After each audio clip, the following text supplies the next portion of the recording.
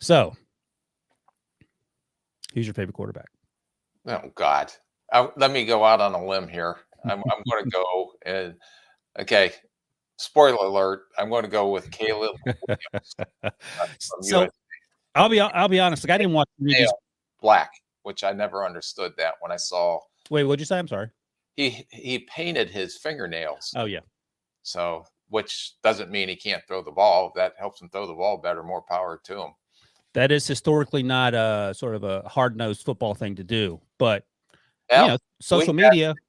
The toughest player I've ever been around, Andrew Sendejo, who was but he would knock the heck out of you on the field, and one of the toughest guys I've ever been around. Painted his toenails. Did you find out why? No, I didn't want to know. Yeah.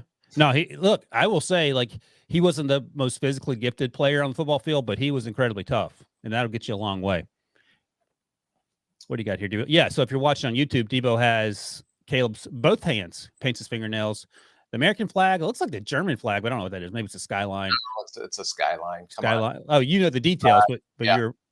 Has a bullseye on his index finger, and he can sling it. He could wear, Hulk hands if he wanted to. If he played that way, no one cares. So I didn't watch any of these guys in the spring because we had other things to occupy our mind with. So it's always fun when you watch them closely. I mean, I watched USC play on Saturdays, but in terms of trying to study these players, and it became clear pretty quickly that he is very, very special. And late in the season, he had the hamstring injury and still played, toughed it through that. And when I wrote this comp down, I was like, oh, I can't wait for Rick to crush this comp. And before we give the comps, let's talk. Tell me what you like about his game. Yeah, just his size, his athleticism. He's a dynamic playmaker. Defense. Wait, let me stop here, Rick. Sorry to interrupt. The unofficial 6'1", 215. So now, because he's taller than Bryce, you love him? I love Bryce, whatever he was. Right. I'm just saying to the 215 pounds. Yeah, he's thick. That's right. Built. Go ahead. So defenses are going to have to account for his ability to make plays with his legs. Very strong arm. I mean, you see him roll to the left, roll to the right, do off-schedule throws, and he's throwing the ball 60 yards down the field.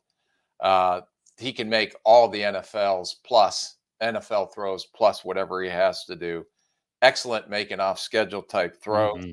I think the two areas that he needs to improve, in my opinion, are just cutting down the turnovers, because he does get a little careless with the ball and will throw it up for grabs at times, a la in the Pac-12 championship game. He was taking him down through an interception at the end of the game there. And a little bit what I saw out of Bryce Young in his junior year, he has a tendency to kind of hold the ball and let things happen instead of trying to quickly get through his progressions and reads. He's a little bit of a rodeo Joe type at times. That's like that. Of, maybe going through the progressions, getting the ball out of his hands, and some footwork technique wise, just when he's in the pocket, he's so good at making, torquing his body, rolling to the left, to the right, throwing the ball off balance, but just working with his footwork and technique when he does sit in the pocket. But there's no question about the release, the quickness, the arm strength, everything you need. This guy's definitely going to be, in my opinion, the number one overall pick at this point. But he does have some things that he needs to work on, just like we all do. Like you taking your computer on vacation to do a podcast. I should do it. Debo didn't even give me the opportunity to say I could do that. He just penciled in Josh's name, probably because he thinks I work too hard, which I appreciate, Debo. Thank you. God. Once again, I think you're cheating off my paper. Here are my notes for weaknesses for Caleb, and they're very few. His footwork is sort of messy. Like, it's all over the place. He's such a great athlete that it's not, and I don't know if that's just a Lincoln Riley thing. I don't remember Kyler's footwork off the top of my head, or Jalen Hurts' footwork off the top of my head. But he is incredibly athletic. He does hold the ball too long, and I said at times because his receivers struggle to get open, but also because it felt like Bryce always tries to make the big play, but Bryce didn't force the ball quite as much. I felt like it wasn't much sort of sandlot football, it felt like, with Bryce. It was much more structured. And I mean that in the best possible way when talking about the way Caleb plays. And I wrote, sometimes he comes off his first read when it's open because he's looking for the big play. And sometimes that ends up in plays that could have gone for more yardage, but end up as sacks or maybe 5-yard gains instead of 7 or 8-yard gains, something like that. The athleticism, insane in the open field. You mentioned the subtle movements in the pocket in terms of avoiding pass rushers. And then the last thing I wrote, I'd like to see him get the checkdowns sooner on occasion. But everything else, I mean, this guy, tell me your comp, and that way I can just tell you that was my comp too. Yeah, I said Patrick Mahomes, but he was better than Patrick Mahomes, and I even put him in. At this point, when you watch Patrick Mahomes and you watched him, he is ahead of Patrick Mahomes. And I also had a little comparison to a Bryce Young type playmaker down the field as well. Yeah, no, I think that's fine. I think that's fair. And he throws it. One of the things you see with these quarterbacks this time of year is that they're really accurate on the quick throws, the quick screens, even to the field side, or maybe the slants and the ends, and they struggle on deep balls.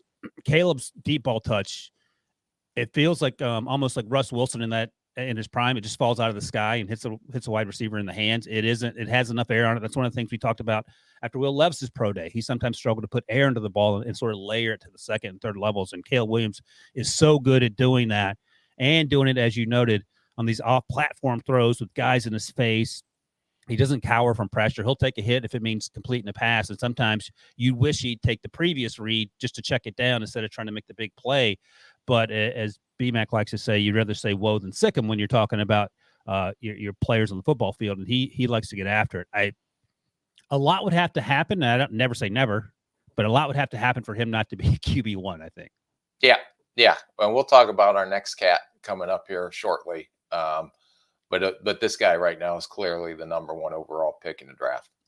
Yeah, he's special. And now you understand a little easier, though when he came in at the time, it seemed to be clear why Lincoln Riley benched Spencer Rattler for Caleb Williams at Oklahoma a few years ago when he was a freshman.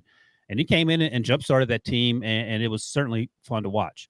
All right, let's take a quick break, and then we'll come back. Before we do that, let me say this. QB1, clearly, he's going first overall. Now, yes. Let me ask this question. I know you're going to get angry, but someone somewhere's thinking it. Maybe me, maybe not. If you're a general manager or an owner and you know your football team isn't very good, no. Don't even say it. I know it's impossible to do. A lot of conspiratorial things have to happen for it to line up. But I feel like it's almost like Major League at the time. You get the Major League, the movie, the owner trying to tank so she can sell the football or sell the team. All right.